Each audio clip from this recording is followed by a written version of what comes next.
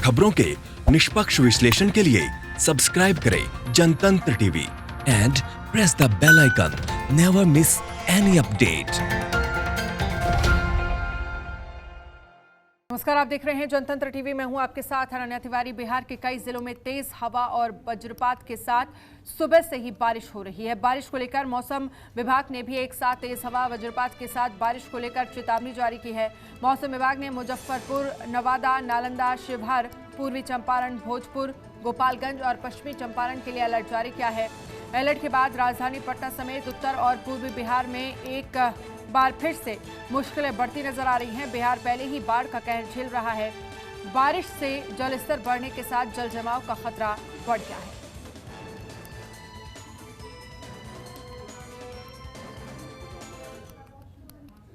बिहार की राजधानी पटना के लोगों को सीएम नीतीश कुमार ने चुनावी साल और कोरोना के कहर के बीच एक और तोहफा दिया है। पटना के आर ब्लॉक फ्लाईओवर का सीएम नीतीश कुमार ने उद्घाटन किया। 106 करोड़ रुपए की लागत से बना ये फ्लाईओवर बिहार विधानसभा के सामने से शुरू होकर पटना क्लब तक जा रहा है। इस फ्लाईओवर के शुरू होने का सीधा फायदा पटना आने वाले लोगों को भी मिलेगा और इससे जाम से निजात मिलेगी। आपको बता दें कि नवंबर 2015 में इस फ्लाईओवर का निर्माण शुरू हुआ था।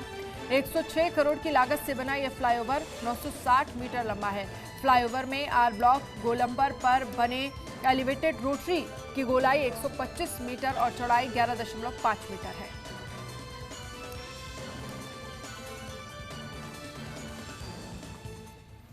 और श्रीकांत प्रत्युष हमारे साथ इस खबर पर लाइव जुड़ गए हैं। श्रीकांत, जिस तरह से देखा जाए चुनावी साल है और चुनाव नजदीक है, इसको देखते हुए सीएम की तरफ से बिहार की जनता को सौगात दी गई है। पटना में एक फ्लाईओवर बनाया गया है, जिस फ्लाईओवर से ये कहा जा रहा है कि वहां की जो आम जनता है उसको जो जाम से निजात मिलेगी। देखिए, पटना के लोगों के लिए बड़ा चुनावी तोहफा है और इस ओवरब्रिज का इंतजार बहुत दिनों से लोगों को था। निर्माण चल रहा था और आज इस ओवरब्रिज को मुख्यमंत्री नीतीश कुमार ने पटना के लोगों को सौंप दिया है। तो निश्चित रूप से पटना शहर की ट्रैफिक व्यवस्था थोड़ा सुधरेगी, ट्रैफिक जाम से लोगों को निजात मिलेगा और बाहर लोग पटना शहर के आ जा सकेंगे। तो पटना में पिछले 5 साल में कई ऐसे फ्लाईओवर बनाए गए हैं और उससे बहुत शहर की यातायात व्यवस्था सुधरी है और इस फ्लाईओवर के बनने से पटना के लोगों की मुश्किल जरूर कम होगी। कंकड़बाग से सचिवालय किसी को जाना है तो कुछ मिनटों में ही बगैर जाम में फंसे जा सकता है। तो इससे माना जा रहा है कि चुनाव के पहले मुख्यमंत्री नीतीश कुमार ने पटना के लोगों को एक बड़ी सौगात दी है और चुनावी साल है तो लगातार वो उद्घाटन और शिलान्यास कर रहे हैं और इसको लेकर राजनीति भी हो रही है। नेता प्रतिपक्ष तेजस्वी यादव इसको चुनावी स्टंट बता रहे हैं, लेकिन हर सरकार, हर मुख्यमंत्री यही करता है, चुनाव के पहले इस तरह की योजनाओं का उद्घाटन और शिलान्यास करता ही है। तो बिहार में भी उद्घाटन और शिलान्यास के कार्यक्रम का सिलसिला जारी है। जी बिल्कुल, साफ तौर पर ये नजर भी आ रहा है कि यहाँ पर सीएम नीतीश कुमार जनता को खुश करने के लिए कोई कोर कसर नहीं छोड़ रहे हैं। चुनावी साल है और इसका पूरा एडवांटेज कहीं ना कहीं वो खुद अपनी पार्टी को देना चाहता है। ये साफ तौर पर इन उद्घाटनों से नजर आ रहा है। ठीक है श्रीकांत, मुख्यमंत्री हैं, उनकी सरकार है और जो भी उद्घाटन और कार्यक्रम करेंगे उसका फायदा राज्य की जनता को मिलेगी, उनकी पार्टी को मिलेगी। चुनावी साल है तो भला कोई सरकार कहाँ चुकती है उसका फायदा उठाने से, तो काम करेंगे तो फायदा मिलेगा। जी बिल्कुल, आप हमारे साथ बने रहिए, आगे भी हम आपसे चर्चा करेंगे। बिहार की राजधानी पटना में पृथ्वी दिवस के मौके पर मुख्यमंत्री नीतीश कुमार ने पौधारोपण किया और पर्यावरण बचाने का संकल्प लिया। इस दौरान उनके साथ डिप्टी सीएम सुशील कुमार मोदी और पथ निर्माण मंत्री नंद किशोर यादव भी मौजूद रहे। इसी के साथ ही बिहार में नया रिकॉर्ड भी बना। बिहार सरकार ने पौधारोपण मिशन 2 करोड़ 51 लाख के लक्ष्य को पूरा कर लिया। राज्य के जिन जिलों ने पौधारोपण कार्यक्रम में बेहतरीन प्रदर्शन किया है उनमें से पूर्णिया, कैमूर, सहरसा, सारण, अरवल और भागलपुर शामिल है। आपको बता दें कि बिहार सरकार ने जल जीवन हरियाली अभियान के तहत हरित क्षेत्र को बढ़ाने के लिए पौधारोपण मिशन 2 करोड़ 51 लाख के लक्ष्य रखा था। इस मिशन को पूरा करने के लिए मनरेगा के तहत पौधारोपण कार्यक्रम चलाया गया।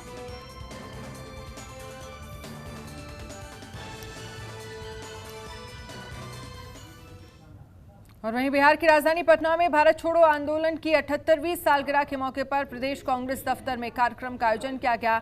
इस दौरान ध्वजारोहण भी किया गया और कोरोना बाढ़ पीड़ितों की हर संभव मदद का संकल्प लिया गया।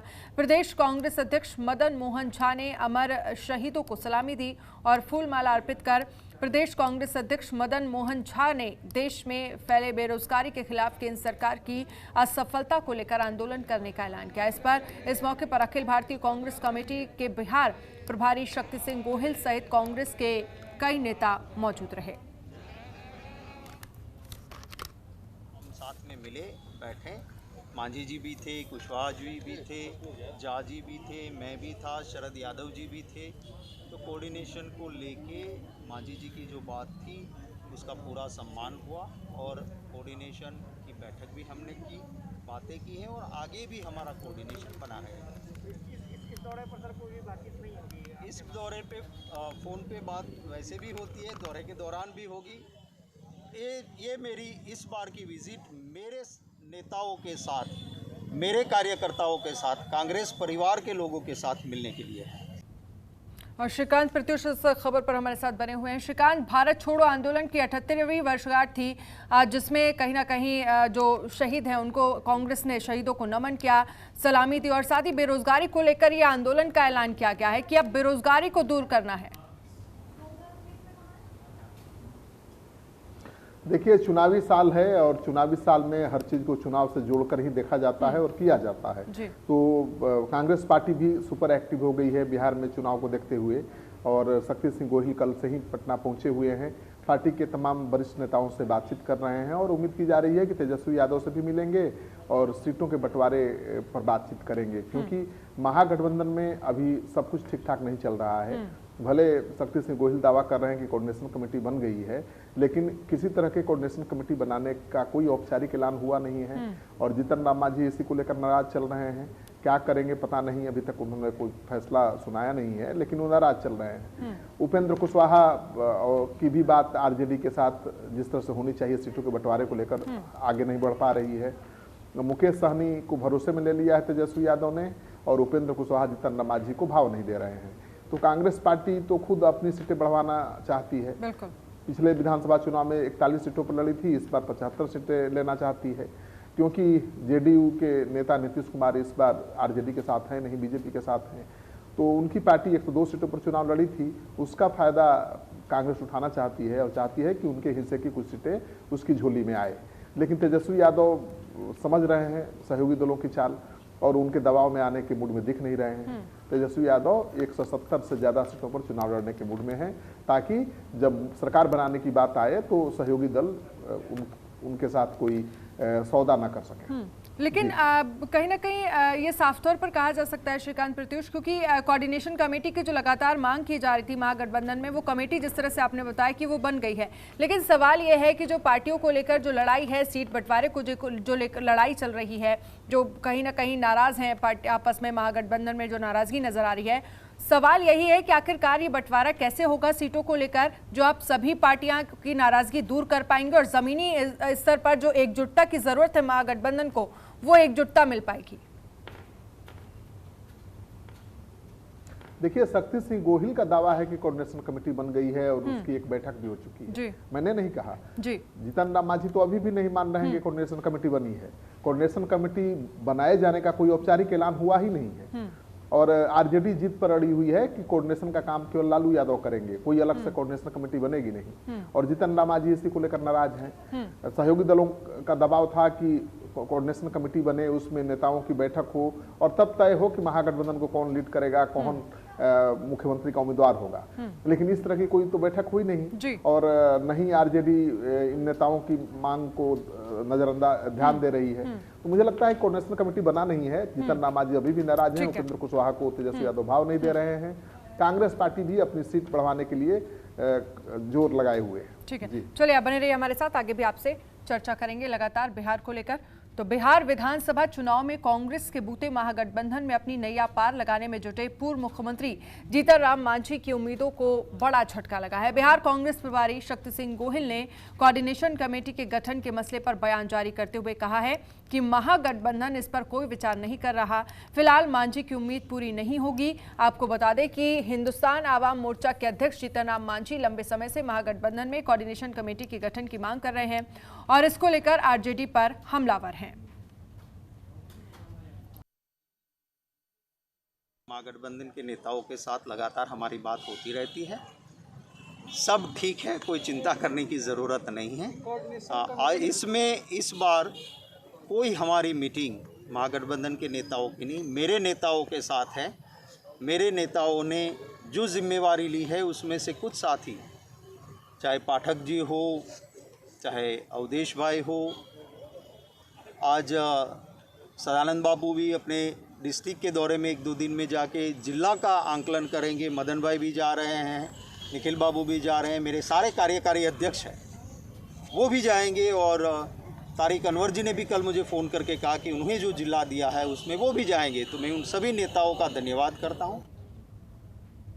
श्रीकांत प्रत्युष हमारे साथ बने हैं। श्रीकांत, जिस तरह से देखा जाए कोऑर्डिनेशन कमेटी को लेकर हम बातचीत ही कर रहे थे, लेकिन सवाल यह है कि जीतन राम मांझी लगातार ये कह रहे हैं कि कोऑर्डिनेशन कमेटी बनाई जाए। कांग्रेस इस पर चर्चा से इनकार कर रही है, क्या वजह नजर आती है आपको? देखिए, कांग्रेस पार्टी आरजेडी के नेता तेजस्वी यादव का मूड भाप चुकी है। उसको पता है कि आरजेडी दबाव में आने वाली नहीं है और कोई अलग से कोऑर्डिनेशन कमेटी बनाने वाली नहीं है। तो कांग्रेस पार्टी की मजबूरी है, आरजेडी के साथ ही चुनाव लड़ना है, आरजेडी का ही जनाधार है। तो कांग्रेस पार्टी मान कर चल रही है कि ठीक है, तेजस्वी यादव से बात होगी, वही कोऑर्डिनेशन कमेटी मान ली जाएगी। लेकिन जीतन राम मांझी अड़े हुए हैं और उनकी कोई बातचीत नहीं हो रही है आरजेडी के साथ। उपेंद्र कुशवाहा की कोई बातचीत नहीं हो पा रही है। तो तेजस्वी यादव साफ संकेत दे चुके हैं कि जितनी सीटें वो देंगे सबको स्वीकार करना पड़ेगा, कोई मनमानी नहीं चलेगी, कोई दबाव की राजनीति नहीं चलेगी। और ये सच है कि बिहार में सबसे ज्यादा जनाधार तो आरजेडी के पास है, न तो कांग्रेस के पास है और न ही सहयोगी दलों के पास। और पिछले लोकसभा चुनाव में सबका दमखम देख चुके हैं तेजस्वी यादव, तो भाव नहीं दे रहे हैं। और कांग्रेस पार्टी के नेता शक्ति सिंह गोहिल बिहार आए हैं, उनको राहुल गांधी ने टास्क सौंपा है सभी नेताओं को जिलों में जाकर कैंप करने का, वहां पर जाकर के माहौल का समीक्षा करने का आदेश दिया गया है। और यहां तक कह दिया गया है कि जो लोग, जो नेता जिलों में नहीं जाएंगे, पार्टी के आलाकमान का आदेश नहीं मानेंगे, उनके खिलाफ कार्रवाई की जाएगी। तो कांग्रेस पार्टी चुनावी मोड में पूरी तरह से आ चुकी है और तेजस्वी यादव से शायद समय नहीं मिल पाया है शक्ति सिंह गोहिल को। और तेजस्वी यादव चाहते भी नहीं कि इतनी जल्दी सीटों का बंटवारा हो जाए। आखिरी समय में तय करेंगे और जो तय करेंगे वही कांग्रेस को मानना पड़ेगा। और इसीलिए शायद शक्ति सिंह गोहिल कह रहे हैं कि इस बार केवल अपनी पार्टी के नेताओं और कार्यकर्ताओं से मिलने आए हैं। चलिए, बहुत बहुत शुक्रिया हमसे बातचीत करने के लिए, तमाम जानकारी के लिए बहुत बहुत शुक्रिया। वक्त एक छोटे से ब्रेक का, फौरन हाजिर होंगे। खबरों के निष्पक्ष विश्लेषण के लिए सब्सक्राइब करें Jantantra TV and press the bell icon. Never miss any update. Break के बाद आपका स्वागत है। बिहार में बाढ़ कहर बरपा रही है। समस्तीपुर जिले के शिवाजी नगर प्रखंड के करेह नदी तटबंध का जल संसाधन मंत्री संजय ने जायजा लिया। इस दौरान जल संसाधन मंत्री ने विभाग के पदाधिकारी और दरभंगा प्रमंडल बाढ़ नियंत्रण विभाग के अधिकारियों से जानकारी ली। घंटों पूछताछ के बाद बांध के जर्जर हालात और बढ़ते जलस्तर को देखते हुए विभागीय अधिकारियों को निर्देश जारी किए गए हैं। तो 2 तस्वीरें हम आपको दिखा रहे हैं। पहली तस्वीर जहां पर जल संसाधन मंत्री का समस्तीपुर दौरा। समस्तीपुर में बाढ़ से हालात और भी ज्यादा खराब होते हुए अब नजर आ रहे हैं। एम्बैंकमेंट बने जो 3B हायाघाट कराचीन वाला है, जो समस्तीपुर और दरभंगा के पार्ट को बचाने के लिए इस बार हम लोग इसको टेकअप करेंगे। जो ये बांध बने इस बार तो डॉवेल लोवेल बना के जो देख रहे हैं, बोरा वोरा दे के काफ़ी बचाया है। बहुत दिन रात एक काम करके, और ग्रामीणों का भी बहुत बड़ा सहयोग रहा है। अगर उनका सहयोग नहीं रहता तो मुश्किल था इसको बचाना। अब पानी भी 87 को पार कर गया, इतनी बारिश हुई। हम लोग लगे हुए हैं, आज मैं खुद भी देखा हूँ। और अगली बार निश्चित रूप से हम लोग इसका बांध बन जाए। अब तो देख लिए प्रैक्टिकल भी कितना पानी आ जाता है। इस बार हम लोग कोशिश करके इसको करवाएं। और वहीं बिहार के मधुबनी जिले के खोटौना थाना क्षेत्र में जेडीयू नेता की मौत मामले में परिजनों ने धरना प्रदर्शन किया और सीएम नीतीश कुमार से इंसाफ की गुहार लगाई। आपको बता दें कि 28 अप्रैल को जेडीयू प्रखंड अध्यक्ष राम रतन कुशवाहा की अज्ञात बदमाशों ने बेरहमी से हत्या कर दी थी और शव को सड़क किनारे फेंक दिया था। परिजनों ने तत्काल मामले में की एफआईआर भी लिखवाई, लेकिन अब तक इस हत्याकांड में पुलिस के हाथ खाली है। परिजनों का आरोप है कि पुलिस हत्याकांड का खुलासा ही नहीं करना चाहती है।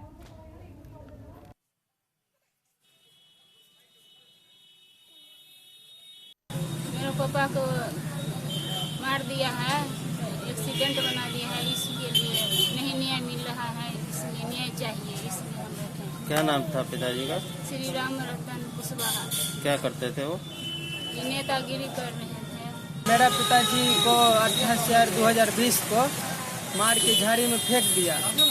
हम पुलिस प्रशासन को एफआईआर लिखवाए, पुलिस प्रशासन को बताए तो पुलिस प्रशासन एक्सीडेंट बता रहे हैं, जो कि एक्सीडेंट नहीं है। मेरे पिताजी रोड पे होना चाहिए, वो झाड़ी में खेत में पड़ा मिला और कपड़ा कहीं फटा नहीं है, नहीं ब्लड निकला कहीं, और गाड़ी 2 किलोमीटर दूर जाके पड़ा मिला और पोस्टमार्टम रिपोर्ट आया, उसमें भी बाहरी कहीं खरोच नहीं है। उसके बाद भी पुलिस प्रशासन एक्सीडेंट बता रही, इसलिए हम लोग धरना पे बैठे हैं, हमें न्याय नहीं मिल रहा। बिहार की राजधानी पटना में बेखौफ अपराधियों ने पुलिस टीम पर एसिड अटैक किया। ये एसिड अटैक कदम कुआं थाना क्षेत्र के दिनकर गोलंबर के पास तब किया गया जब एएसआई संतोष कुमार बाइक से अपराधियों का पीछा कर रहे थे। फिलहाल आरोपी फरार है और घायल एएसआई को अस्पताल में भर्ती कराया गया है, लेकिन इस घटना ने राजधानी पटना में लॉ एंड ऑर्डर पर सवाल खड़े कर दिए हैं।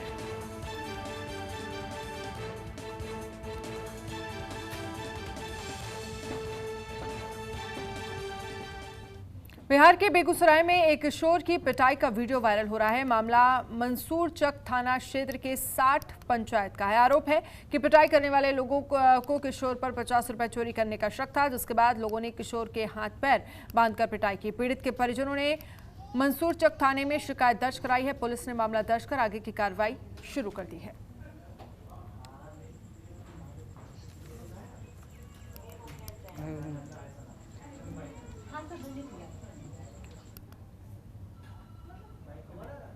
बिहार के गया जिले की कोतवाली थाना क्षेत्र के मोहल्ला गुरुद्वारा रोड में हुए गोलीकांड मामले में पुलिस ने तत्काल कार्रवाई करते हुए 5 आरोपियों को गिरफ्तार कर लिया है। पुलिस ने बताया कि शनिवार की रात बदमाशों ने विनोद कुमार नाम के शख्स के घर में घुसकर गोली मारी थी। बदमाशों ने इस गोलीकांड को रंगदारी नहीं देने पर अंजाम दिया था। फिलहाल पुलिस ने 5 आरोपियों को गिरफ्तार कर जेल भेज दिया है। पूरी घटना है कल दिनांक 7 तारीख को गुरुद्वारा रोड में राजकुमार प्रसाद तथा स्वर्गीय शंकर प्रसाद इनके घर पे कुछ अपराधियों ने घर के रूस में गोली चलाई थी, जिसमें इनके भाई घायल हो गए थे। घटना के तुरंत के बाद ही टीम गठित करके छापेमारी के लिए हमने शुरू किया और छापेमारी के पश्चात इस कांड का उद्भेदन किया गया है। इसमें जो मुख्य रूप से अभियुक्त था लिफ्टी यादव उर्फ उल्टा, इसका लिफ्टी का यादव है शुभम कुमार और ऋतिक कुमार सिन्हा अमन, इसमें ये लोग को एक्यूज थे पहले केस में। तो लिफ्टी को पकड़ा गया, गिरफ्तार किया गया है। गिरफ्तार कर इनका रेड के क्रम में मुफस्सिल थाना क्षेत्र से गिरफ्तार। बुलेटिन में फिलहाल इतना ही। देश दुनिया की तमाम बड़ी खबरों के लिए आप देखते रहिए जनतंत्र टीवी। नमस्कार। खबरों के निष्पक्ष विश्लेषण के लिए सब्सक्राइब करें Jantantra TV and press the bell icon. Never miss any update.